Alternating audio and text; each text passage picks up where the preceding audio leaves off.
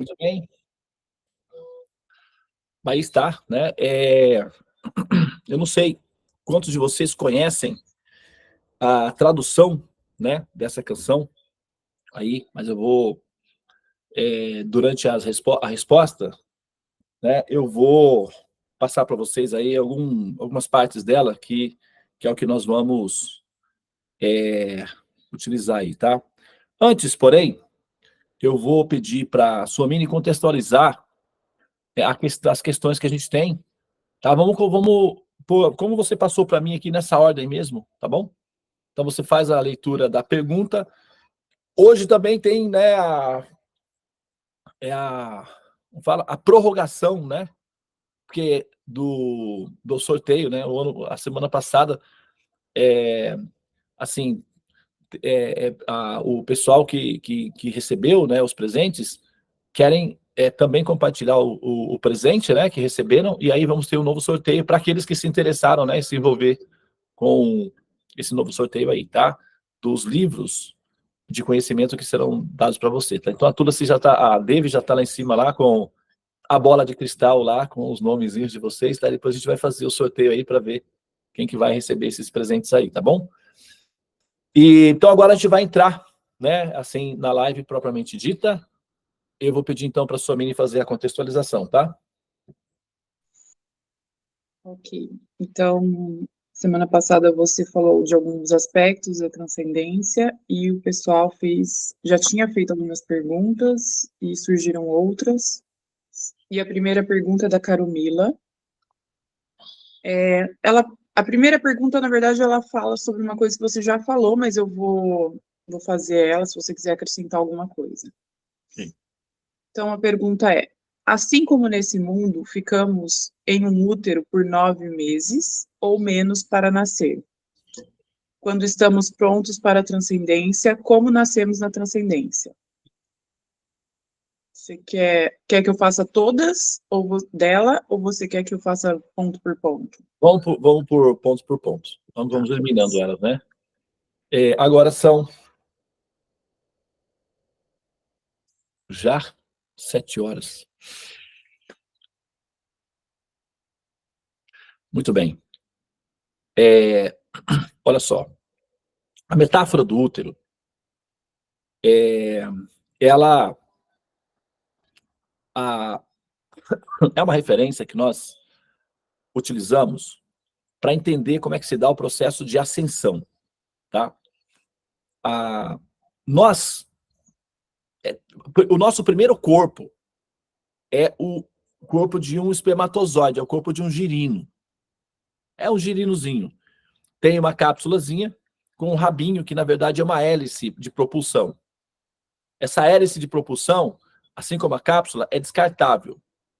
O ser está dentro, né, assim, em tese, da cápsula, tá? Então, o primeiro corpo que você teve foi o de um espermatozoide. Você já foi um, tá? Quer dizer, você já teve esse corpo aí, tá?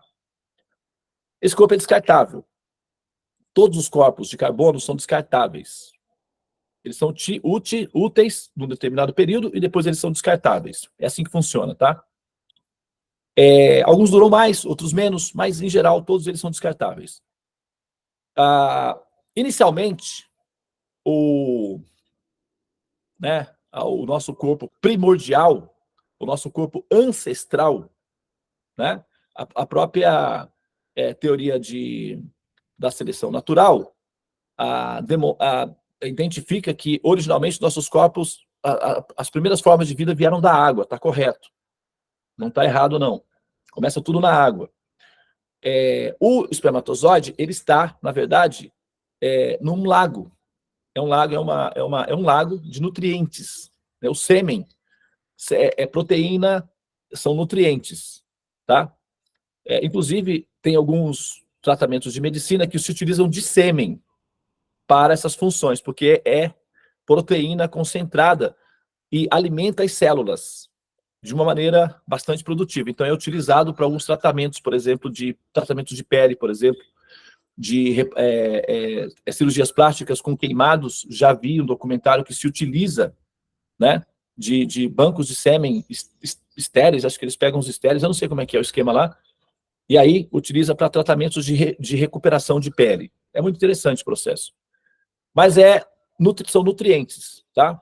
E aí está uma quantidade para cada porção, ou para cada útero masculino. O útero masculino, tá? Um útero masculino consegue acolher uma média de 400 a 500 milhões de bebezinhos. Tá bem? Então, é um útero de tecnologia, nanotecnologia, de tecnologia das menores porções. Então, numa porção pequena, ele consegue preservar uma quantidade significativa de pessoas. São 500 milhões de pessoas numa única porção de nutrientes, vamos dizer assim. Então, o útero masculino alimenta 500 milhões de pessoas a cada porção produzida. Tá? Então, é assim, é bem nutritiva. Daí, quando ocorre um impulso erótico na relação sexual, esses seres, essas pessoas, elas são expulsas do paraíso. Elas perdem todo o seu conforto e segurança e tal, e elas são, então, expelidas para fora do paraíso. Ok? Porque é um paraíso. Ela tem calor, assim, temperatura ambiente, nutrientes, não há preocupações, nem atividades, não há predadores naturais, todos vivem em harmonia, se reconhecem. É uma comunidade muito feliz, na verdade. E, de repente, zás, aí são todos expulsos do paraíso. Então, quando acontece essa expulsão do paraíso, esse ser é um ser inteligente, é uma consciência, então tem preservação de memória. O ser em si não está no domínio do arquivo, mas o processador já consegue fazer registros de memória. Então, o primeiro registro de memória que ele tem é de felicidade, de paz, de harmonia, de convivência. Então, nós temos essa memória ancestral, essa busca ancestral, essa nossa aspiração de encontrar um lugar de paz, de harmonia, de convivência, sem predadores naturais, é uma memória ancestral que nós temos que vem desse ambiente onde nós vivemos originalmente, né? Nessa comunidade nutrida, preservada com segurança e felicidade. Entretanto, veio lá a tal do paraíso perdido. Aí fomos expulsos, né? Devido ao pessoal aí não entendeu? Não tem paciência, não tem calma. E aí o resultado para nós, fomos expulsos do paraíso, né? Eles se encontram, fazem amor e nós pagamos a conta porque somos expulsos do paraíso, originalmente, tá? Então, assim, faz parte do drama da experiência da vida. E aí, nós também preservamos na nossa memória ancestral esse trauma, esse choque, essa perplexidade de estar plenamente felizes e sermos expulsos do paraíso. Então, a memória ancestral preserva essas duas experiências de felicidade plena e perplexidade, choque da perda dessa felicidade. Então, o ser sai em estado de perplexidade existencial, em confusão existencial. Aí, de repente, ele vê todos aqueles amiguinhos, parentes, pessoas queridas morrendo ao lado, se separando e desaparecendo e falecendo e morrendo. Porque na epopeia do espermatozoide, para chegar até o óvulo, para fecundar o óvulo, eles morrem aos milhares. Na verdade, é praticamente um genocídio. Porque normalmente, de 500 milhões de pessoas, apenas um sobrevive. Normalmente. Eventualmente 2 ou 3, né? Na Índia teve um grande festival em que 11 sobreviveram. Foi a maior sobrevivência da história. Mas outros 400 e tantos milhões, infelizmente, morreram pelo caminho. Então, é a experiência de um choque, é um genocídio. Então, lá você sobrevive a um genocídio. Você é sobrevivente de um genocídio. De uma extinção em massa. E, de repente, você consegue encontrar a cápsula, que é o óvulo. E aí você consegue perfurar essa membrana e é acolhido pelo óvulo. E ali você, então, vive novamente. Revive, ressuscita. E ali você é acolhida, né, como centelha, e você, então, respira, tem nutrientes, você, de repente, o paraíso é devolvido a você. Parece uma experiência de existência bipolar, em que você tem o paraíso e é a expulsão desse paraíso, depois você perde de novo. É uma relação meio inconstante aí, né? Mas, finalmente, quando você fecunda o óvulo, o paraíso lhe é devolvido. Você, então, reconquista novamente o direito de viver no paraíso.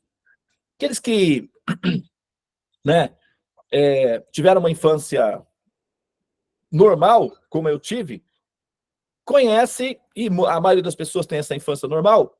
Hoje nem tanto, porque parece que os heróis, né, assim, mudaram um pouco, né, eles tal, mas eu lembro que o Superman, o Super-Homem, ele reflete, a história do Super-Homem reflete exatamente essa epopeia da memória ancestral.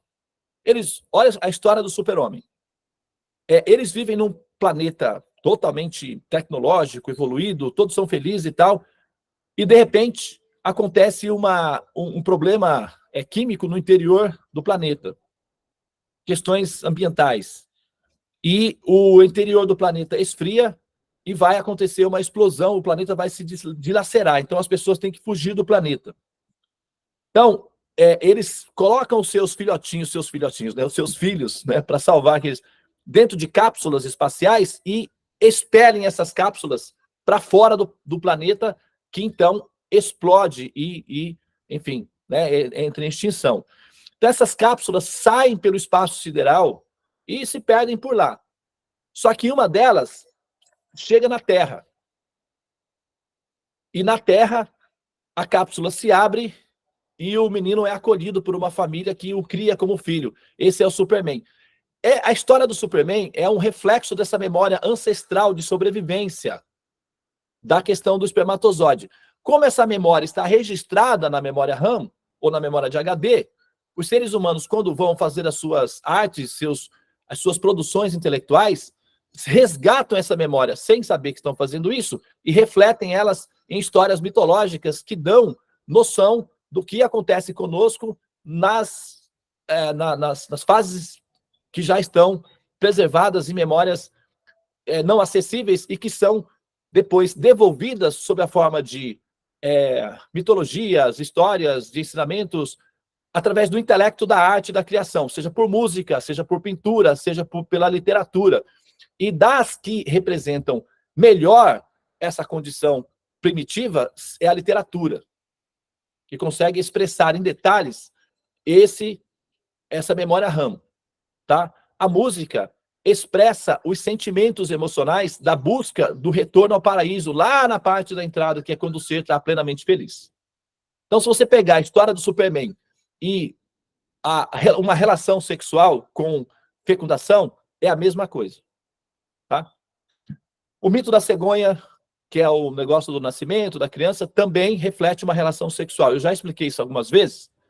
O mito da cegonha é uma criação humana, vamos dizer assim. Não é. É o resgate de uma memória preservada. Por exemplo, a cegonha é um pássaro com um bico comprido, é fálico. Assim, falando aqui entre nós, adultos, é um pênis ereto, é um homem predisposto a ter relações sexuais. É a cegonha. Então, a forma da cegonha é uma forma fálica. Né? Fálico se refere a, né, assim, a condição do masculino, do princípio masculino predisposto a relações sexuais. Tá? Então, a cegonha está transportando uma sacolinha com o bebê dentro. Esses são os testículos masculinos. É o testículo. E lá dentro tem um bebezinho. Ou seja, é onde o útero masculino, que é o testículo no órgão sexual masculino, é onde é preservado os filhotinhos. Então, você tem aí uma situação evidente. Daí, a cegonha vai até uma casa e bate na porta. Quem abre a porta? A mãe. Por que a mãe? Por que não pode ser? Por que não poderia ser o pai? Porque é um casal que mora lá dentro, né? Então, poderia ter sido o pai também. Mas por que quem abre a porta é justamente a mãe? Porque o pai está do lado de fora, não do lado de dentro. Quando a mãe abre a porta, é o equivalente de a mulher se abrir predisposta a receber o filhotinho, ou seja, o sêmen masculino. Então, é uma relação sexual. A mamãe pega o bebezinho, leva para dentro da casa, ou seja, ela recolhe o espermatozoide para o útero e ali ela, então, nutre esse serzinho e ele se transforma num bebê. que é o bebê entrando, sendo levado para casa e crescendo lá dentro. Então, é exatamente uma relação sexual. Descreve uma relação sexual que pode ser contada para crianças de uma maneira divertida. Então, elas aprendem como é que funciona o processo da relação sexual sem necessariamente serem expostas a situações constrangedoras. Só que lá na frente, essa mitologia se ressignifica novamente no que acontece na realidade. Então, o mito do Superman, o mito da cegonha, todos refletem essa condição primitiva que é registrado na memória ancestral. Não sei se vocês já tinham ouvido falar sobre isso, mas é assim que funciona, tá?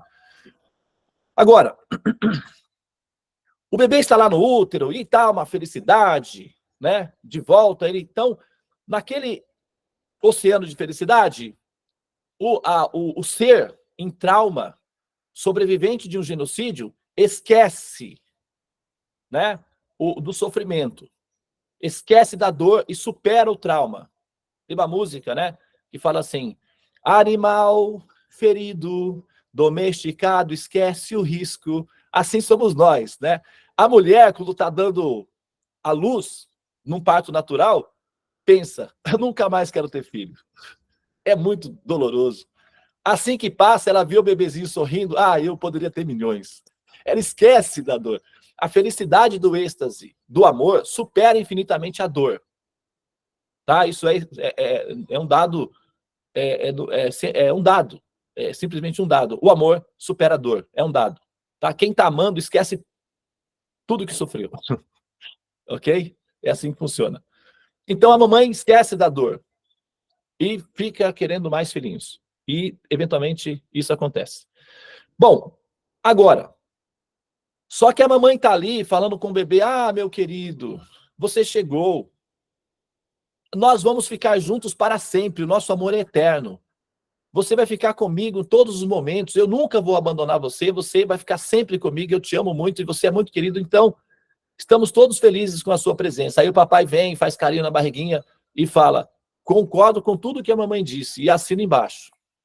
Aí, o ser que não está recebendo todas essas informações por ondas, lembrem-se, o cérebro, o ouvido, ele só capta as ondas, tá?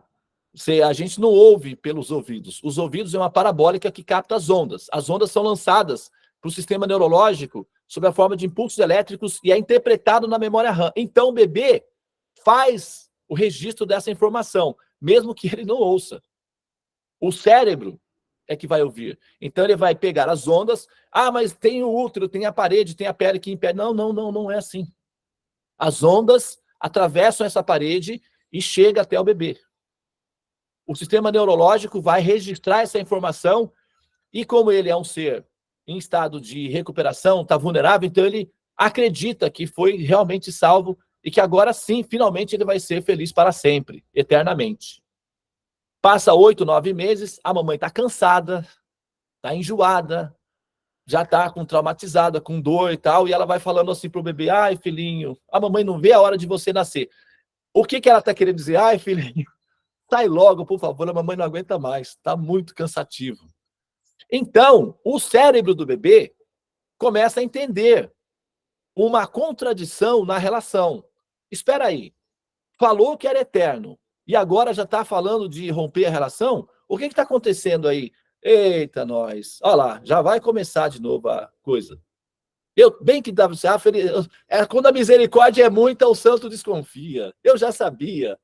Então, aí ele começa a entrar em estado de pânico lá dentro. Por isso que ele fica se batendo e tal. Ele começa a sentir de volta o trauma do pânico da expulsão do paraíso, porque a mamãe está dando sinais de que quer que ele vá embora. Não aguenta mais essa convivência. Claro que ela não fala isso diretamente, mas internamente ela está cansada, está dolorida, então ela está dizendo: sai, filhinho. A mamãe não está aguentando mais você. O bebê que se acostumou a achar que essa relação ela é eterna, fala: mas aí já não dá. Agora já não sei mais o que vai ser da minha vida. Eu estou assim, estou em choque. Aí ele fica em choque realmente. Só que todo esse processo se dá dentro de um ambiente muito profundo, que nós chamamos de inconsciente. Mas é tudo real, é vívido, é sensível, orgânico. É uma novela, é um drama. E o bebê vive todas essas emoções sem entender absolutamente nada racionalmente. Tudo intuitivamente, e fica tudo registrado na memória de HD. Tá acompanhando? Tá tudo bem? Tá ok? Dá para acompanhar o raciocínio até aqui? Dá, né? Tá tranquilo, né? Beleza. Então, daí chega o grande dia do Apocalipse, o Armagedon, né? E aí vem de novo, né, o dilúvio, né, a extinção em massa. E aí o bebê, então, finalmente às vezes, ele é arrancado à força, de forma brutal, com ferro. Às vezes, ele sai entre gritos, dores e sangue. Lágrimas, e pânico, e medo, e tensão, ele sai nesse ambiente assim, totalmente caótico, um ambiente de batalha, de guerra, sabe, que existe risco de morte para todo mundo ali, mãe, filho, o pai pode morrer do coração. Então, é uma confusão muito intensa, é um drama, é uma tensão. E aí, Zaz, finalmente, o ser é novamente expulso do paraíso. Ele sai em estado de perplexidade, de choque, aí já leva o couro come, ele já então, quando o médico bate no bumbum do bebê, por que ele chora? Não é porque bateu no bumbum, é porque quando bate no bumbum, ele não está acostumado com essa experiência. Ele assusta. Quando ele assusta, o pulmãozinho dele faz assim, ó. E quando faz assim, aí dói. No que dói, ele chora.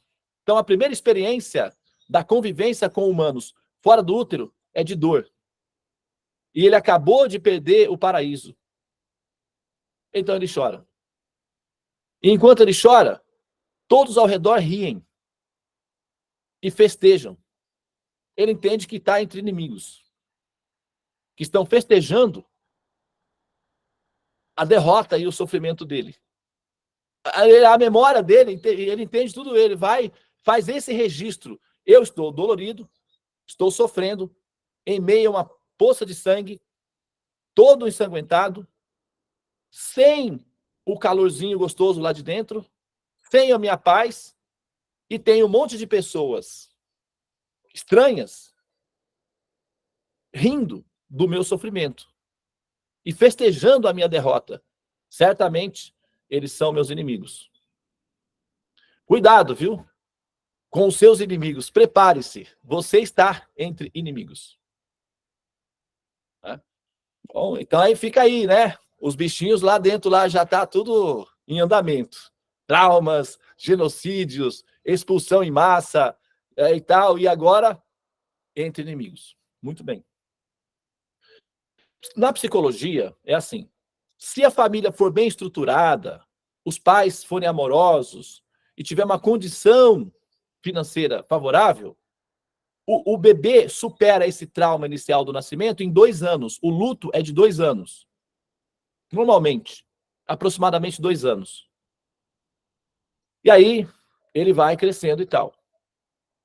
Lá na frente, quando a criança tem 7 anos, a memória do medo volta. Então, a primeira crise existencial de pânico, de medo, que o ser humano tem é por volta dos 7, 8 anos de idade, que é quando o processador está já formatado plenamente. Então, ele toma conta do jogo, ele passa a jogar com a máquina, ter o controle da máquina, então ele tem acesso às memórias ancestrais, às memórias internas, sem fazer o reconhecimento racional, analítico das memórias, mas ele já tem acesso aos arquivos, então ele tem pânico, porque ele revive a experiência anterior, então ele se assusta de novo. Tá? Aos 7 anos, mas isso não... Né? Aí dá problemas na escola, adaptação e tal, aquela coisa toda de criança que a gente já conhece. Daí, aos 14 anos, 15 anos, volta novamente, é cíclico. E aí é a fase da adolescência, que é quando eles querem matar os pais, ou rejeitar os pais, ou fugir da casa dos pais, e rejeitam os pais. Aí você pergunta, mas por que você está fazendo isso? Os seus pais são tão bons com você? Eu não sei. Aí vai no médico, no psicólogo, toma remédio, aquela coisa toda, para poder acalmar. Nós atribuímos esse processo aos hormônios da formação hormonal, mas não é. Essa memória ancestral volta, porque aí nessa fase o ser tem poder de decisão, ele já tem poder nas mãos, ele tem 15, 16 anos, então ele tem a sensação de que ele pode ter o mundo inteiro, que ele tem o controle do mundo. Os adolescentes, jovens, são muito conhecidos pela imprudência e a arrogância natural de jovens. Então eles se sentem poderosos, senhores do mundo. E aí eles querem dominar o mundo. Quem são os primeiros seres opositores que impedem essa conquista do mundo? Os pais. Você culpa os seus pais por tudo. Que pena. São crianças como você. O que você vai ser quando você crescer? Tá? Então, os primeiros opositores desse domínio mundial, a cabecinha, né, são os pais. Eventualmente, eles planejam matar os pais. Aconteceu recentemente em São Paulo. Um garoto de 16 anos matou os pais. A menina que matou os pais lá, a Richthofen, é muito comum isso. Por quê? Eles fazem isso devido ao contato com essa memória primitiva, sem controle emocional, porque muitas vezes eles não têm no ambiente de convivência disciplinas, conhecimentos, eles só vivem uma vida comum. Falta disciplina emocional. Quando essa memória volta, dá uma confusão e vem a raiva. É uma raiva, é uma revolta contra os pais. Por que essa revolta contra os pais? Porque os pais são traidores. Expulsaram eles já 2 vezes do paraíso. Então eles não são confiáveis. E eu tô com muita raiva e eu não sei por que os meus pais são os culpados. Eles não sabem explicar o porquê eles sentem tanta raiva dos pais nessa fase. Eles sentem simplesmente, eles intuitivamente percebem que, primeiro estava lá, me mandou embora. Agora eu estava no útero, me expulsou. E agora me manda para a escola e eu sei qual é o plano. Me mandar embora de novo. Mas não vai ser assim, não. Dessa vez eu vou me vingar. Antes que me expulsem, eu vou acabar com todo mundo.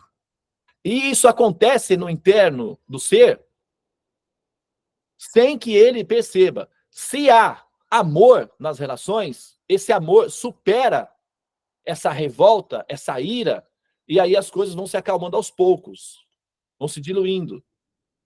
Porque o amor é um antídoto natural contra a violência. Aí, então, se os filhos recebem amor, são amados, então a violência é menor. Mas nem tudo é perfeito e às vezes os pais não conseguem chegar a acessar um outro ser, apesar de haver amor. Então a raiva predomina, isso acontece, tá? Aí você pega esse resultado, que como eu disse, se a família é bem estruturada, tem amor, isso é superado. Então quando chega na adolescência, não tem essa raiva do mundo. O que tem é uma angústia de existir, uma depressão, uma sensação de abandono. Aí dá melancolia. Por isso que é muito comum os adolescentes serem melancólicos e essa é a fase onde eles vão para as drogas. Porque as drogas anestesia a melancolia, que é a angústia de existir. Então, todas essas características de jovens têm relação com essa experiência de expulsão do paraíso, que é um registro da memória anterior, que eles têm acesso de maneira intuitiva, fragmentada, sem uma explicação muito clara do que está acontecendo com eles. Está entendendo? Então, mas isso passa também. Isso também passa. Como o Manuel Bandeira certa vez disse, o dia passará, o rio passará, tudo passará, mas eu, passarinho. Ele falou isso daí. O Manuel Bandeira deu esse poema. Tudo passará. Ou então, na vida todo mundo é passageiro, né? Tudo é passageiro. Só o cobrador que não. Né? Que é o cobrador do karma, no caso. Ele fica aí para cobrar o karma. Mas isso também passará. Tem um escritor famoso, que é um coach para vendedores, chamado Og Mandino. Ele vendeu milhões de livros com o seguinte título: Isso também passará. Que é para ensinar determinação, resiliência, ressignificação, ressurreição, que é a mensagem de Jesus. Ressuscite. A vida vai tentar te matar, eles te agredirão, mas você deverá ressuscitar. Como Picasso disse, né? A vida vai te provocar para você desistir de ser uma criança. Mas resista, ressuscite dos escombros. Então a mensagem é essa: resistência, resiliência, permanência. Vai em frente que a coisa não parou, não terminou. Então, quando o ser nasce, ok? As mensagens são muito mais positivas do que autodestrutivas. Você vê que tem muito mais jovens que superam esse trauma inicial do que jovens que não superam. Então é muito mais positivo que negativo. Por isso a humanidade continua. Se fosse ao contrário, já teria entrado em extinção. Ok? Então, aí você pega essa memória. Agora vamos pegar historicamente, tá? A história do coletivo, da humanidade toda, nesse processo. Vamos pegar lá, vamos voltar lá atrás, há 2 milhões de anos atrás, que é quando começaram a aparecer os primeiros Homos erectus, né? Que é os primeiros homens que andavam em pernas. O processador era muito primitivo, mas já fazia registros de memória ancestral. Aí você joga 2 milhões de anos de evolução, 1 milhão de anos de evolução, 500 mil anos de evolução, 400, 300, 200, 100, 10 mil anos de evolução. Aí chegamos aqui pertinho de nós. Os últimos 10 mil anos de evolução, historicamente registrado, começa os primeiros vestígios de interpretação abstrata metafísica da realidade em que nós vivemos. Que até então era só comer meio biológico. Mas aí, a partir de 400 mil anos, mais ou menos, começa os primeiros rudimentos de, assim, curiosidade existencial, mas de registros formais que nós temos, nos últimos 10 mil anos é que o ser passou, então, a realizar ritos funerários, sabe? Bota aí 15 mil, vai, que seja. Ritos funerários, vestígios metafísicos de interpretação de sonhos, etc. São as primeiras intuições de desenvolvimento intelectual do coletivo, metafísico, xamânico. Tudo começa com o xamanismo, com o esoterismo, com a intuição. Tá? As primeiras religiões são xamânicas. Ou seja, o xamanismo é a nossa religião ancestral comum a todos nós. Tá? Então aí vai e tal, e a coisa vai andando, vai crescendo. Quando o ser humano, como conjunto, consegue fazer o download da criptografia, que é o sistema de escrita, né? Primeiro ele faz o download da criptografia, que é a fala. Ele começa a emitir sons criptografados que são pacotes de dados. O outro pega esse pacote de dados e interpreta isso como informação, eles conseguem entender. Ah, isso é uma maçã, não é venenosa, pode comer. Através da fala, eles se comunicam. E a comunicação aumenta a probabilidade de sobrevivência da espécie. Então, eles se proliferam. Depois, ele sofistica esse software, que é o aplicativo que nós chamamos de fala, e evolui para um outro tipo de aplicativo tridimensional, tangível, mais visual, que é a escrita. Então, ele faz o download desse aplicativo, que é a escrita, e passa a utilizar o recurso, que é tridimensional. Você pode ver, você pode registrar. Porque a memória, ela tem uma preservação curta, mas a escrita é uma preservação prolongada. Então, você pode transmitir dados, o que aumenta a probabilidade de preservação das espécies. Porque você consegue registrar informações. Essa fruta é venenosa, não coma. Aí, lá daqui 10 gerações, uma pessoa vai saber disso sem precisar morrer primeiro. Então, você preserva o ser. Isso é evolução. Muito bem. Quando os seres humanos conseguem um tipo de raciocínio abstrato formal, eles criam as primeiras teses religiosas. E essas primeiras teses rudimentares, primitivas da religião, vai dizer o seguinte: nós estávamos no paraíso e fomos expulsas do paraíso. E aí vão dar um significado para isso. Quem é o culpado por isso? O cão, o Satanás, o Beuzebu, o bicho-papão, a rebeldia, vai dar vários significados para esse fenômeno, para justificar. Como é que nós viemos parar aqui? Estávamos no paraíso, teve uma rebelião e fomos expulsas do paraíso e jogadas aqui, nessa condição de sobrevivência, onde está todo mundo morrendo ao nosso redor e daqui a pouco eu posso morrer também. Essa interpretação de religião, ela é biológica, ela depende dessa memória ancestral primitiva do processo do relacionamento sexual. Então, é um tipo de interpretação metafísica atrelada ao princípio biológico. Então, é um tipo de interpretação primitiva, que depende dessa relação analógica das relações sexuais. E aí você, como conjunto intelectual, transfere essa experiência ancestral, intuitiva, para a questão metafísica. É por isso que existem religiões que partem do princípio de que nós estávamos no paraíso e fomos expulsas de lá.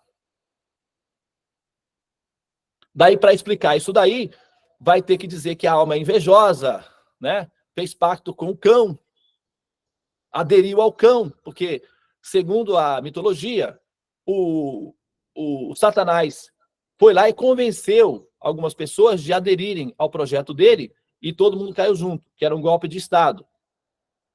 Então, é tipo pacto com o cão. E aí deu rolo.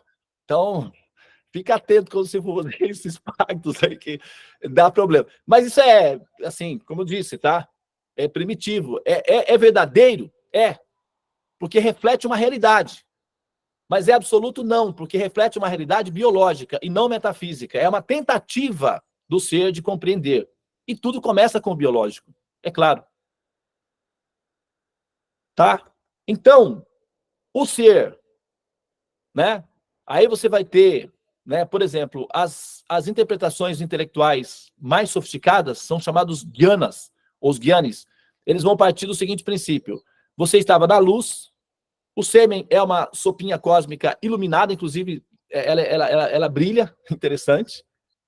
Então, você estava na luz, daí você saiu da luz. E agora, intuitivamente, você quer voltar para a luz. Porque todas nós, almas, intuitivamente queremos voltar à paz, à segurança, enfim, essa situação original. Então, quando o nível de sofisticação intelectual melhora um pouquinho, aí vem o conceito de luz. Você estava na luz, saiu da luz e agora tem que voltar para a luz. Então, essa luz reflete a sua experiência visual do campo em que você estava originalmente, que era a sopa cósmica, que é o sêmen, que é iluminado. Então, aparece dessa forma. Então, ainda é uma interpretação biológica, metafísica, mas é mais sofisticada do que o processo traumático da expulsão do paraíso, porque esse trauma da expulsão do paraíso transfere para, vamos dizer, a pessoa suprema ou o pai original, esse ressentimento de ser expulsas do paraíso. Então, o pessoal fica meio revoltado com Deus, aí aparece o ateísmo ou a confusão mental, etc., por conta desse fator aí. Entendeu?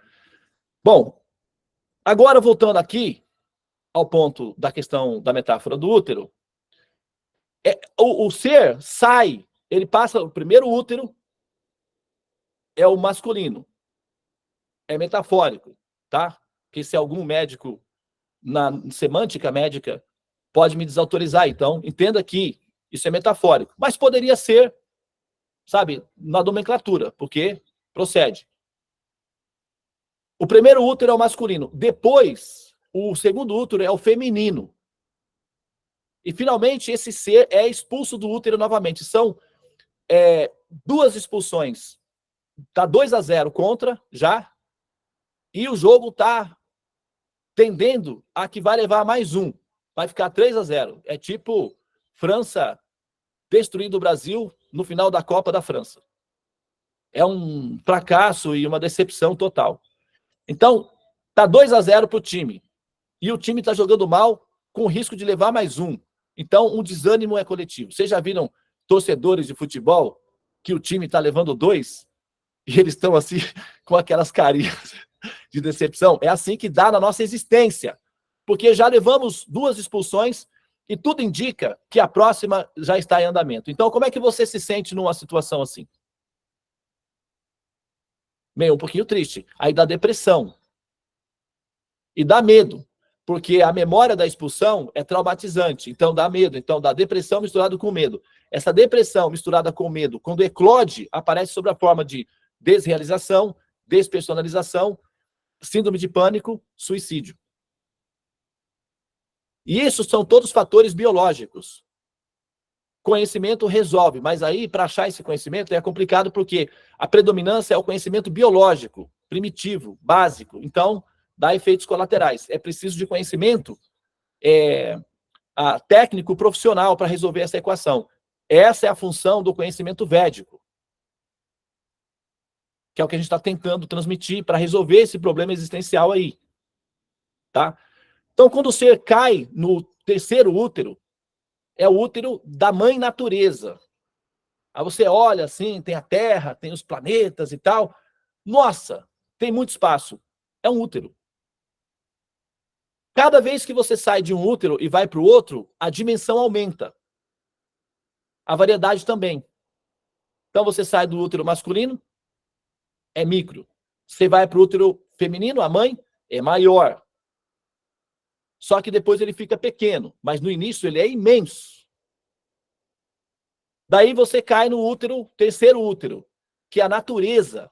Aí você está aí vivendo. Você está no útero. E como todo útero, em algum momento, ele vai te expelir para fora. Então, esse processo de o útero expelir o embrião para fora dele, nós interpretamos isso como a morte. Entretanto, se vocês observarem, a cada vez que você sai de um útero e vai para o outro, a dimensão aumenta, a variedade também e as maravilhas do prazer de existir também, que é o que supera as dores dos úteros anteriores, a perda do paraíso. Por exemplo, né? Talvez você já tenha pulado de paraquedas, talvez você já tenha mergulhado numa piscina de águas quentes, talvez você já tenha tomado um suco de limão fresquinho, com gelo, num dia de verão, quando você estava com sede. Essas experiências de impacto, de profundo prazer, você não tem no útero. Por isso que você não quer voltar para o útero. Se fizerem a proposta para você, podemos regredir você e colocar você de volta no útero da sua mãe. Você quer isso? Pouca gente quer. Por quê? Porque aqui está bem melhor. Aqui, para um homem, tem as meninas, elas são lindas, perfumadas. Para as meninas, tem os rapazes, eles são bonitos, elegantes. Às vezes um pouco abestalhado, mas compensa. Dá para o gasto. Tem os meus filhinhos, que são muito queridos para mim, tem as flores, tem os passeios na Europa. Então, eu não quero voltar para o útero. Ficou bom para mim. Então, eu estou bem. Entende? Então, assim como cada vez que você sai de um útero e vai para o outro, a situação melhora, isso é um dado estatístico, e em ciência, estatística é a base de uma previsão de futuro. Você pega 10 copos de água de diferentes mares do mundo, coloca na sua frente no laboratório. Todos eles possuem cloreto de sódio. Você tem uma estatística. Você pode prever o futuro. Qual? Se eu for pessoalmente e mergulhar nessas águas, eu vou ficar impregnado de cloreto de sódio. Eu vou ficar salgado. Essa é uma previsão de futuro. E você pode prever o futuro com estatística. Isso chama-se ciência. É assim que se faz ciência. Então nós temos uma estatística aí. A cada vez que você sai de um útero e vai para o outro, a dimensão aumenta, a variedade melhora e o seu índice de prazer também. Isso é estatístico. Logo, ao sair desse útero, quando ele fica desconfortável, quando é que o útero fica desconfortável? Quando você passa a sentir angústia existencial, mal-estar, crise, a náusea da existência, como dizia, né, o Sartre, o pensador francês, Jean-Paul Sartre. Ele dizia, haha, o inferno são os outros. Por quê? Ele está resgatando essa memória ancestral de que os pais são culpados. Então, os outros que ele está querendo dizer são os pais. Mas é que ele não conheceu o Renato Russo, porque viveram em tempos diferentes, senão ele ouviria: você culpa os seus pais por tudo, são crianças como você, o que você vai ser quando você crescer. Se a gente juntar o Sartre com o Renato Russo, eles vão se entender, que um complementa o outro. Tá? Então, a realidade é que nós estamos sendo preparadas para o próximo útero. Ele é maior. A variedade de felicidade é maior. Assim como você tem muito mais felicidade beijando o seu filhinho aqui, essa felicidade não está disponível lá no útero da mamãe. Então aumentou a sua capacidade de ser feliz. A cada vez que você vai para frente, você aumenta a sua capacidade de ser feliz. Então esse medo de ir para frente tem a ver com o trauma que você tem do medo de perder o paraíso. Só que sempre que você perde o paraíso, você ganha outro melhor que o anterior, que é o que supera a sua dor de existência. É só aplicar essa estatística e superar o medo de assumir a transcendência como destino final da alma. E por que você tem medo? Porque as narrativas que dão para você da transcendência te assustam.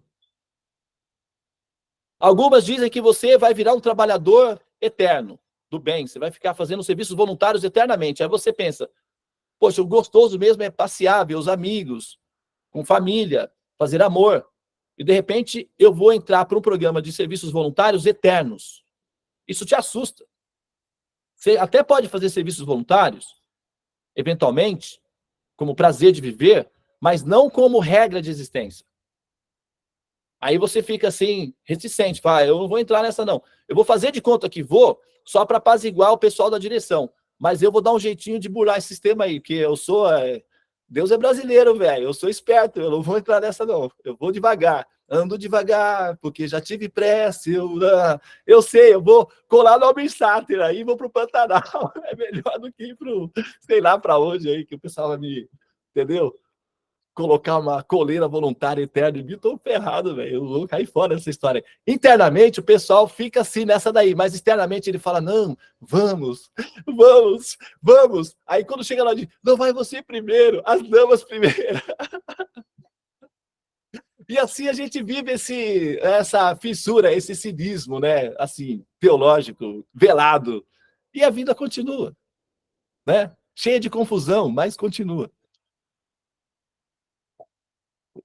Entendeu? Outras vão dizer para você: você vai virar um anjo. Só que o homem, ele é apegado ao ego masculino dele, a forma completa dele. Daí, o anjo, o que eles falam? Como é um anjo? Um anjo é assexuado, não tem sexo. Logo, possivelmente não tem também órgãos sexuais, porque se não tem sexo, para que serve o órgão sexual? Aí, o homem pensa em si mesmo, convivendo com anjos, ou ele mesmo se transformando num, para ele isso é um trauma, porque ele vai perder a função ego masculino, ou seja, vai perder a relação e vai perder, inclusive, os seus órgãos pessoais. Isso deixa ele secretamente assustado. Para o homem, né? Estou falando para vocês aí, porque vocês não sabem como é para um homem o sofrimento de imaginar-se a si mesmo sem as suas propriedades intelectuais conquistadas a duras penas. Ninguém gosta de perder as propriedades assim. Alguém vem e rouba a propriedade, diz agora é meu, ou você pede para o governo. Então, essa sensação de você perder alguma coisa muito valiosa assusta. Por isso que tem mais mulheres na religião do que homens. O homem vai empurrado, porque ele tem receio de fazerem isso com ele, secretamente lá na frente. É uma bobagem da mente humana, mas acontece. Porque a descrição que dão do céu é que ele vai ficar sem essa função. E o que dá prazer de viver ao homem é fazer amor. E quando diz para ele que ele vai perder completamente essa função, ele retrai. Porque biologicamente ele é impulsionado para a biologia para dar as sementes, ou seja, para amar. E de repente vão dizer para ele o seguinte: você vai ficar sem fazer nada disso daí, vai zerar, vai ficar só paradinho lá, contemplando a dimensão do infinito. Quando o homem visualiza essa realidade para ele, em segredo, ele se retrai. Aí ele empurra a mulher para rezar. Ó, vai lá, reza por mim que eu tenho que trabalhar na roça. É o que eles fazem. É, não é? É verdade. São as mulheres que rezam. Os homens inventam que tem que trabalhar para evitar de rezar, porque se ele rezar, ele pode cair lá no céu. E isso para ele é algo que ele quer evitar o máximo que puder. Ele vai se empurrar em ele, mas não que ele realmente quer. A mulher não tem esse problema, porque ela não vai assim necessariamente, né, sofrer esse trauma. Então, para ela é mais flexível aceitar algo que não vai deixar ela traumatizada. Por quê? Ela não vai passar por esse, né, essa rescisão de contrato. Por isso as mulheres são mais religiosas, porque elas se sentem mais inclinadas, tem menos traumas para ela nesse ambiente, então elas vão mais. E os homens também têm que trabalhar, fala sério, né, pessoal? Porque alguém tem que pagar as contas, tem que trazer comida para casa, então justifica-se, tá? Estamos aqui parafraseando, né, os dramas da nossa confusão mental, mas é assim que se dá. Agora, as descrições do paraíso transcendente, do próximo útero, a partir da descrição védica, vai fazer você querer ir. E não vai te assustar. Porque os meninos, por exemplo, podem ter as suas esposas queridas. Eles serão plenamente apaixonados por elas, serão viris, poderão fazer amor, ter família, se divertir, brincar. As mulheres poderão ter filhinhos. Imagina, para as mulheres também tem esse problema do susto, porque elas não conseguem se imaginar no céu sem os filhinhos. Para elas isso é impossível. Ela prefere renunciar ao céu, se for o caso. Mas elas não querem ir para o céu sem os filhinhos. A minha mãe, ela é católica, agora dia 2, amanhã é dia do meu aniversário. Eu nasci no dia 2 de junho. Aí eu vou no Santuário de Aparecida, aqui, vou até levar a Rosa, que está aqui, né, visitante nossa, uma hóspede aqui, nossa, que está passando essa semana com a gente, eu vou levar ela para conhecer o santuário. De repente a gente vai até junto, né, Cristian? Você está aí me ouvindo, né? A gente pode ir junto, né? Então, a gente vai no Santuário de Aparecida e eu vou prestar uma homenagem à minha mãe, que era católica, e tinha uma ansiedade no coração. Ela tem 8 filhos. Aí um dia, o último Natal, como eu tinha feito a previsão da passagem da minha mãe, eu fiz questão de passar o último Natal com ela e informei aos meus irmãos que possivelmente seria uma despedida. Minha mãe estava bem, não tinha problema nenhum, aparentemente. Mas eu tinha os dados.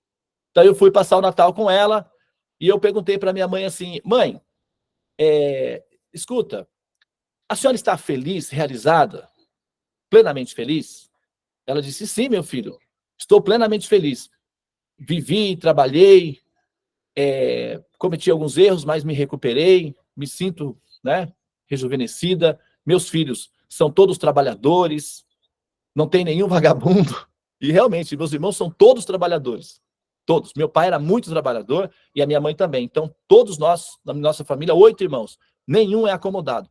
Todo mundo é de batalha. Então, meus filhos são todos trabalhadores. Eu estou muito realizado. Só tem uma tristeza no meu coração que me impede de... Eu falei, se a senhora fosse convidada para subir aos céus, como a senhora iria? Eu iria muito feliz, mas com uma tristeza no coração. É mesmo, mãe? Qual é a sua tristeza? Eu posso fazer alguma coisa para te ajudar? Ela disse, tem, meu filho, uma tristeza. Você é a minha tristeza. Mas, mãe, eu sou a sua tristeza. Sim, meu filho, você é a minha única tristeza na vida. Nossa, mas por quê, mãe? Porque você está na religião errada. Não foi o que eu te ensinei. Você tem que vir para a religião certa. Mas, mãe, qual é a religião certa? É a religião certa. Só tem uma religião certa, meu filho. Não se faça de desentendido, porque eu te ensinei a vida toda, eu fui sua professora de catecismo, como é que você não sabe qual é a religião certa? Você está dizendo que eu ensinei errado, então, agora? Então, mãe, me ensina de novo que eu sou meio burro, não entendi. Meu filho, a religião certa é a católica, e você tem que voltar para a religião, senão eu não estou feliz. Pois muito bem, mãe. Eu vou voltar para a religião. O que eu devo fazer, então? Você tem que ir na missa pelo menos uma vez ao mês. E você mora do lado do santuário, então você tem que ir na missa. se você prometer para mim que você vai na missa ao menos uma vez ao mês, ou eventualmente, eu vou ficar mais tranquila, porque apesar de você estar na religião errada, quando você for na missa, Deus vai te perdoar. Tá bom, então. Serve isso, mãe? Serve, já resolve. Não resolve, mas é menos mal. Eu falei, tá bem, mãe. Então eu vou fazer isso daí que a senhora está pedindo, eu vou voltar para a religião católica e vou fazer direitinho, do jeito que a senhora quer. Aí ela falou, então tá bom, agora eu não estou mais triste, já acabou a minha tristeza. Aí tudo bem. Aí eu falei para ela assim, mãe, mas ó, deixa eu te falar uma coisa. Mesmo que eu não fosse, eu vou, tá? Eu estou prometendo para a senhora aqui na frente dos meus irmãos, eu vou, assim, me comportar como você está pedindo. Porém, ainda que eu não fosse, não tem a menor chance de eu não entrar no céu.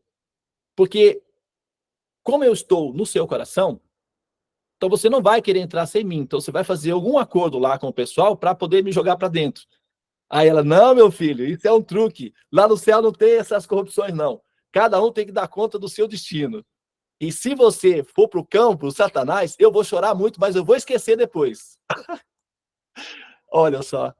Aí eu falei, não, mãe, eu vou junto também, não quero ir pro cão, não. Deus que me livre. Ah, Hare Krishna. Não, Hare Krishna, tem que falar, amém, Jesus, reza comigo. Aí me colocou para rezar lá o Santo Anjo Guardador, nosso protetor, anjo do Senhor. Aí cantei com ela, ela ficou feliz, e era Natal, aí continuamos a vida. Então, eu prometi a ela que no mínimo uma vez por ano, no meu aniversário ou em data festiva, eu iria. Então amanhã eu vou, para corresponder a ela, para manter ela calminha no paraíso. Tá? Então, assim, o que eu quero dizer com isso daí é que as mães têm um receio de ir para o paraíso sem os seus filhos. Para elas, não, a felicidade está incompleta. Então, nesse ambiente que seria o paraíso, as mães não podem ter mais filhinhos. Elas ficam estéreis. E a experiência de ser estéril, ou de mães ver outras mulheres estéreis, se sentem extremamente compaixonadas e tristes. Ao passo que a experiência de ter filhinhos aumenta a felicidade. Então, a ideia de você ir para um paraíso onde a mãe se torna estéril ou não terá, possivelmente, em alguns casos, a companhia dos filhos, é um trauma que assusta elas. Então, a ideia de um céu em que você se transforma numa amebazinha luminosa e se mistura a uma grande ameba luminosa e fica inconsciente e perde a noção de seus filhinhos para um ser feminino, que é a história de voltar para a luz, assusta também. Então, a luz, apesar de ser luz, é assustadora do ponto de vista psicológico para a experiência das almas na condição humana. Então, elas têm que criar um subterfúgio intelectual, quer dizer que lá você vai se adaptar e vai esquecer todas essas funções aqui. Mas isso é meramente placebo, porque na prática, uma mãe não aceita essa teoria nem a pau, na realidade do coração. Aqui ela pode até falar intelectualmente, porque o exercício intelectual é aberto, todo mundo pode falar o que quiser, mas o coração é diferente. Ele tem regras próprias. Né? Então, dependendo de como você visualiza essa próxima dimensão, você evita de ir para ela. E inventa várias desculpas. Não, porque eu tenho que ficar aqui e fazer o resgate da humanidade e tal. Na verdade, são formas de dizer, estou com medo, não gostei da descrição, eu não sei se eu compro esse bilhete, porque eu não sei se eu vou parar num beco, numa favela, não sei onde eu vou parar.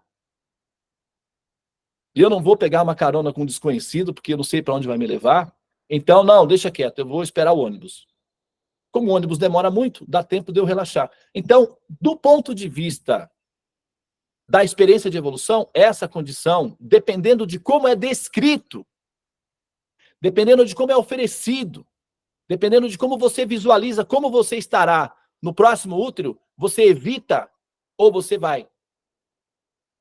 As descrições védicas são para estimular você a desejar ir, porque aí a sua saída desse útero é menos traumática. Você vai com satisfação, você anseia por isso, você deseja isso. Você não tem medo. As experiências são de expectativa. É como você, quando está se preparando para uma viagem dos sonhos para a Europa, para a Disneylândia, para a Índia, que seja, é emocionante. Não é assustador. É outra realidade. Então, aqueles que se acostumam à descrição védica de paraíso sentem-se imensamente inspirados e felizes de alcançar esse destino. E eles se despedem da humanidade com calma e sem ressentimentos.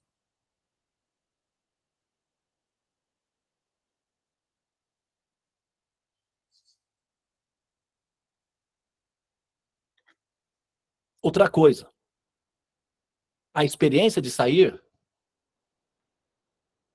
é prazerosa. Eu não tenho como demonstrar isso, talvez ainda, porque eu não tenho dados estatísticos. Todas as coisas que eu falo para vocês são baseadas em estatísticas de segurança, então é racional.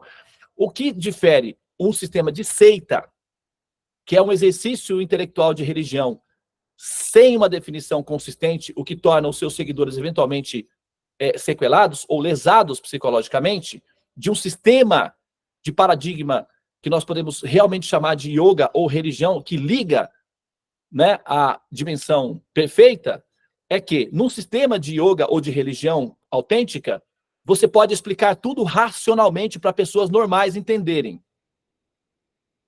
E num sistema de seita inconsistente, você depende de alguém que domina as intuições, que está falando com uma entidade secreta, alguma coisa assim, então você fica nas mãos de outros, sem poder, sem ter o direito ou assim, o acesso de ter compreensão direta. Por isso que as religiões intelectuais, racionais, são as mais perfeitas, que as intuitivas.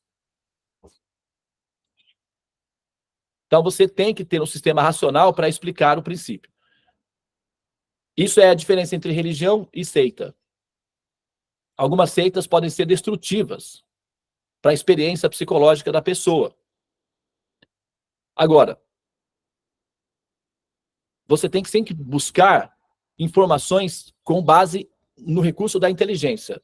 Você tem que explorar a inteligência como sistema de segurança para justificar o que você está fazendo. Se você renuncia à inteligência, que é a sua segurança, e se joga num sistema intuitivo, aleatório, indefinido, aí você paga o preço também depois. Depois não adianta reclamar, porque o mundo é cruel. Olha, calma aí. Vamos com calma. O mundo é cruel, sim. Mas você facilitou isso porque renunciou à sua segurança, que é o recurso da inteligência. Então você sempre tem que pressionar com inteligência qualquer sistema religioso. Se você pressionar e o sistema fracassar, é porque você não encontrou um sistema seguro ainda. Continue procurando, você vai encontrar. É como o espermatozoide. Ele vai indo, finalmente ele vê aqui não é, ali não é, aqui não deu certo, o óvulo está lá, fecunde. É assim que funciona, tá? Então, eu não tenho dados estatísticos ainda no momento para dar essa informação de forma objetiva. Mais particularmente, eu já tive algumas experiências de saída do corpo. Como são pequenos estágios para a gente poder se preparar ou se organizar psicologicamente para o momento da saída. Tá? Então, por exemplo, eu da outra vez aqui, acho que foi numa cerimônia de fogo, eu estava contando para o pessoal, não sei se vocês ouviram, aqueles que não ouviram, eu passei por uma experiência no aeroporto de Frankfurt de um ataque terrorista. Estava dentro de um ataque terrorista. É real, não é uma simulação, era real, um ataque terrorista. Então, eu sou sobrevivente de um ataque terrorista. E naquele momento ali, durante o processo que estava acontecendo, os mensageiros do Alá, com bombas e tal, e gente correndo e se atropelando, e polícia, e armas, e não sei o quê, sons de tiro, aquela coisa toda, aquele desespero, né? Eu não sei se eu fiquei... Tem aquela cantora chamada Vanderleia, que é uma cantora brasileira, que a filhinha dela caiu na piscina e ela ficou em estado de choque e não conseguiu ter reação. A menina se afogou porque a mulher ficou paralisada. Ela não conseguiu ter reação nenhuma. O bebê, a criança morreu na frente da mãe. E ela sabia nadar. Ela ficou em choque. Então, eu fiquei analisando, será que a minha experiência foi um choque? Ou foi uma experiência natural de um estado psicológico? Por quê? Naquela situação, todo mundo correndo, gritando e tal, eu estava sentado, eu olhei tudo aquilo e me senti plenamente calmo, sem nenhum medo de absolutamente nada, e comecei a filmar o processo. Até mandei uma mensagem, gravei a mensagem no computador e disse, olha, para minha família, eu não sei o que vai acontecer aqui, mas ó, eu estou no meio de um ataque terrorista, aí mostrei as imagens, né, e eu estou aqui. Aí eu até fiz uma piada, assim, sei lá, irônica, talvez imprudente, não sei, mas eu falei assim, olha, a lógica é a seguinte, ó, o Alá, o rapaz que estava gritando o Alá, estava lá. Eu assisti muitos filmes de terrorismo. Os caras falam, vem um aqui, começa a gritar, o Alá, o Alá, o Alá. Ninguém quer o Alá nessas horas, ninguém quer Deus nessa hora. O pessoal foge, vai, se quiser, se precisar, abraça até o cão. Mas ninguém quer o Alá, porque o Alá é Deus. O cara tá lá gritando o Alá, teoricamente, o Alá tá lá, então vamos todo mundo abraçar, porque é Deus, a gente gosta, então vamos para lá. Mas não, o pessoal corre para outra direção. Por que o pessoal não quer o Alá nessas horas? Vai para outro lugar. Aí eu pensei assim, o Alá tá lá, então a bomba não tá lá. A bomba tá lá. O pessoal corre para lá, o cara grita o Alá, o pessoal vai fugir do Alá, e eles colocam a bomba exatamente onde o Alá não tá, que é o negócio que vai explodir. Então eu tô aqui, o Alá tá lá, a bomba tá lá, e eu fico cá. Daqui eu não saio, daqui ninguém me tira. Eu falei assim na gravação, é o que eu posso fazer, porque eu vou correr para onde? Se eu posso correr para a direção da bomba, eu não vou correr, eu vou correr para o Alá. E tinha um cara que era um terrorista, estava próximo de mim. E ele estava assim, não estava com roupas assim, estava civil, normal, gritando o Alá, o Alá. Então eu olhei, eu vi que não tinha bombas no corpo, eu falei, eu vou ficar aqui, porque a bomba não vai vir aqui. Só que o problema é que eu estava de sobretudo, e eu parecia um árabe. E aí os caras acharam que eu era também parte do grupo e apontaram armas para mim, que eles só não atiraram em mim porque eles falaram que jogaram, e como eu estava quieto, tranquilo, eles jogaram um feixe de laser e rastrearam os meus batimentos cardíacos. E eu estava calmo. Então eles consideraram que eu não era perigoso e não atiraram em mim. Mas prenderam o cara que está do meu lado. Desceu uma pessoa de cima, assim, um policial, do exército, da SWAT, né, da CIA, sei lá de onde que é, dos alemães lá, da Gestapo, não sei o que eles têm lá agora, mas o cara parecia uma aranha negra, todo de preto, só dava para brilhar os olhos, que eram azuis, né, brilhantes assim, e todo preto, parecia uma aranha com óleo azul. E eu olhei assim, ele desceu e foi direto na jugular do rapaz do Alá e pegou ele assim, derrubou ele no chão e prenderam e arrastaram ele, não sei para onde lá. E eu fiquei assim, tipo, olhando tudo e falei, nossa, isso é um filme, eu tô dentro de um filme. E totalmente calmo, tranquilo. Eu nem pensei na questão assim, ó, se for uma explosão, eu não vou sentir nada, vai ser só um choquezinho, não vou ver nada. Explosão, a pessoa morre na hora. Então, tá bom, eu vou ficar aqui mesmo. Eu já tinha feito o seguro de vida para os meus filhos, então tava tudo bem. Eu fiquei de calmo, tranquilo. Essa foi uma experiência real que eu vivi. Outra experiência que eu tive na viagem da Coreia do Sul, de Seul, para Bangkok, que eu fiz no ano, acho que 2017, se eu não me engano, 16, o avião teve uma turbulência e teve um princípio de queda. O avião estava indo para cair. E eu estava dentro desse avião. Eu tinha assistido alguns documentários sobre aviões que caem. Então, o que acontece? As pessoas que estão dentro do avião não morrem com o impacto batendo lá embaixo, não é assim. Elas morrem despressurizadas, ou seja, elas dormem. Porque falta oxigenação no cérebro e aí dá sono. Quando você tem sono, é porque o cérebro está sem oxigênio. Se você fizer assim, ó, fizer a respiração, você volta ao normal. Entende? O meu pai fazia isso quando era motorista. Às vezes ele sentia sono, aí ele parava o caminhão e aí voltava ao normal.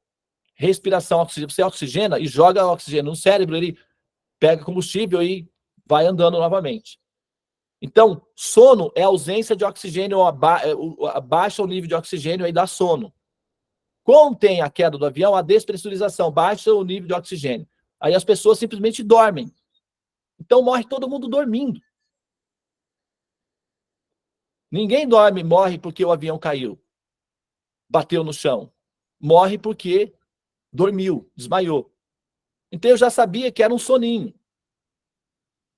E eu já tinha feito o seguro de vida também para os meus filhos. Então eu estava totalmente de boa. Que é o que preocupa a gente, é se a gente vai deixar os nossos filhos em situação de dificuldades. Mas quando você faz um segurozinho que eles vão conseguir continuar a vida, tá tudo bem, você relaxa. E aí eu estava relaxado. Então o avião fazia assim, as pessoas subiam. Aí o avião ficava estável, as pessoas caíam de volta pro assento. E aquela gritaria. Eu estava de cinto. Então, para mim, era tipo uma montanha-russa. Tinha aquele friozinho na barriga gostoso de montanha-russa, eu estava curtindo aquilo. E eu estava calmo. Juro para vocês que eu estava calmo. A máscara caiu. Eu falei, eu não vou pôr a máscara. Porque é o seguinte, eu vou pôr a máscara, eu vou respirar. Respirando, eu vou, entendeu? Assim, cooperar com o processo do trauma. Eu vou simplesmente, eu mesmo, manter a oxigenação interna, essa oxigenação vai sendo consumida gradualmente e eu vou adormecer depois da despressurização e vai ser um soninho, só isso, nada mais. Eu racionalizei isso daí, então o avião assim e tal, e agora vai e tal, que não vai, não, agora não vai, vai sim, agora vai, segura que vai. Eu parecia uma montanha-russa, eu tava lá, assim, tipo, curtindo aquele friozinho na barriga, eu quietinho. E eu tava rindo. Eu olhei e falei, não, eu devo ter problema psicológico, não é possível.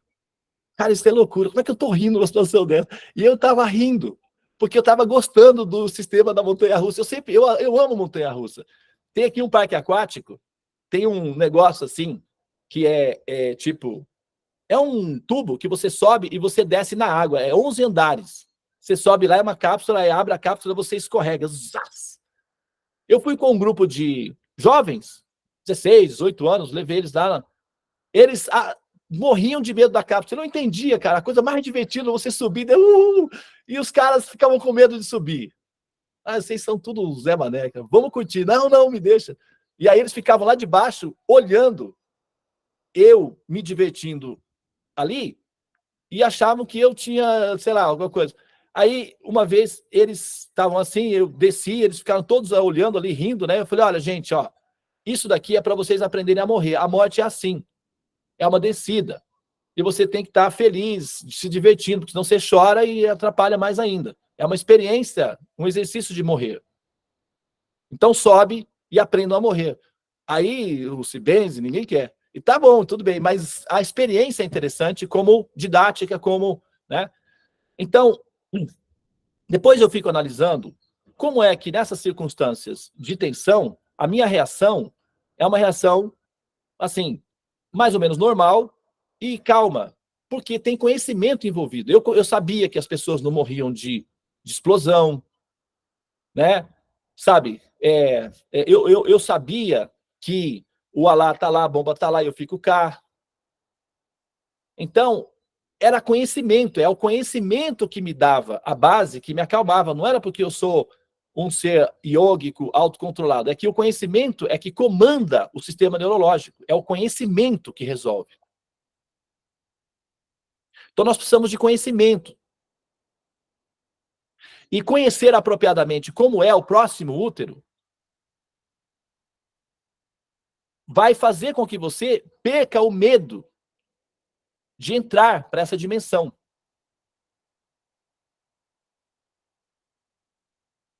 E as sensações são de prazer. Quando você pensa em você mesma, depois de um tempo de exercício, de terapia de conhecimento, se visualizando dentro dessa dimensão, porque isso é possível, a sensação é de saudades desse lugar, o desejo, porque esse útero é definitivo, porque 1 é pouco, 2 é bom, mais 3 é demais, aí chega, né, gente? Pelo amor de Deus, chega de útero, né? Aí chega. É porque é definitivo. Corpo, mente e alma. É só para cumprir as 3 etapas do processo da existência. Acabou esse, acabou. Aí não tem mais. Finalizou. Tá? Um dia tinha que chegar ao final do curso, né? Porque o sucesso também existe. Né? Uma hora você finaliza o curso. E essa fase da entrada final é finalização. Ok? Agora, da pergunta da Carolina. Caso, Carolina, você queira entender os detalhes técnicos de como é que as crianças nascem, assista a outra live que lá nós comentamos os detalhes de como é que é. Assim, só para... Eu acho que talvez seja esse o ponto da curiosidade, talvez a pergunta fosse, que você talvez quisesse fazer, estou interpretando, né, aí nesse caso, é que se as pessoas, na transcendência, se elas têm relacionamentos sexuais para gerar filhinhos, tá? Nos planetas celestiais, tanto nos celestiais quanto na transcendência, os casais fazem amor, sim. E a sensação é imensamente maior do que as humanas. O prazer é muito mais perfeito. Não tem efeitos colaterais. E os casais que se formam, aí tem o conceito de alma gêmea, né? É definitivo, assim, é estável. E eles são extremamente sexys, ou seja, são bem formados. Os hormônios que estimulam né, as relações são muito intensos. Os alimentos são todos afrodisíacos.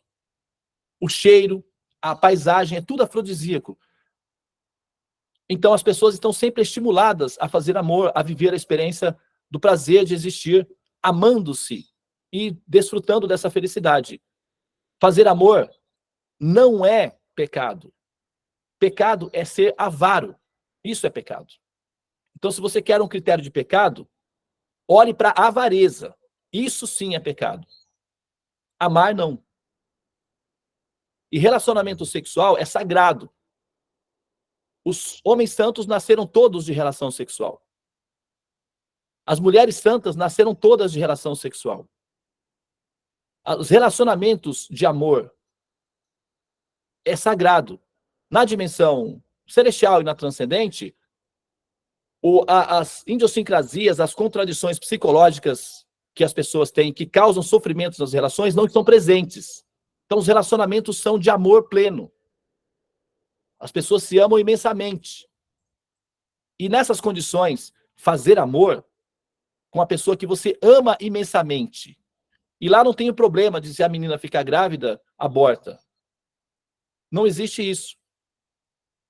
Ficar grávida ou ficar impregnada nos planetas celestiais é o maior prazer para as meninas, porque elas ficam sempre chapadinhas, é tipo como se elas estivessem numa brisazinha, meio bêbadazinhas, assim. Então elas são sempre alegres, sorridentes, divertidas quando elas estão impregnadas. Então elas amam ficar impregnadas, elas não ficam confusas e querem tirar os seus bebês. Nem existe essa configuração na pauta. Então os relacionamentos sexuais não são tensos, porque não pode ter bebê. Eles são sempre livres. E se vem bebês, é uma festa, é um prazer imenso, não é um problema social. Tá? Então, assim,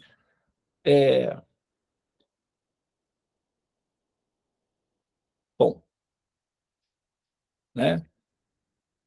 Tem as outras perguntas, obviamente que a gente não vai entrar aqui hoje, a gente vai ter que, né, dar sequência isso daí nas próximas lives do sábado. Então, aqueles que quiserem, né, continuar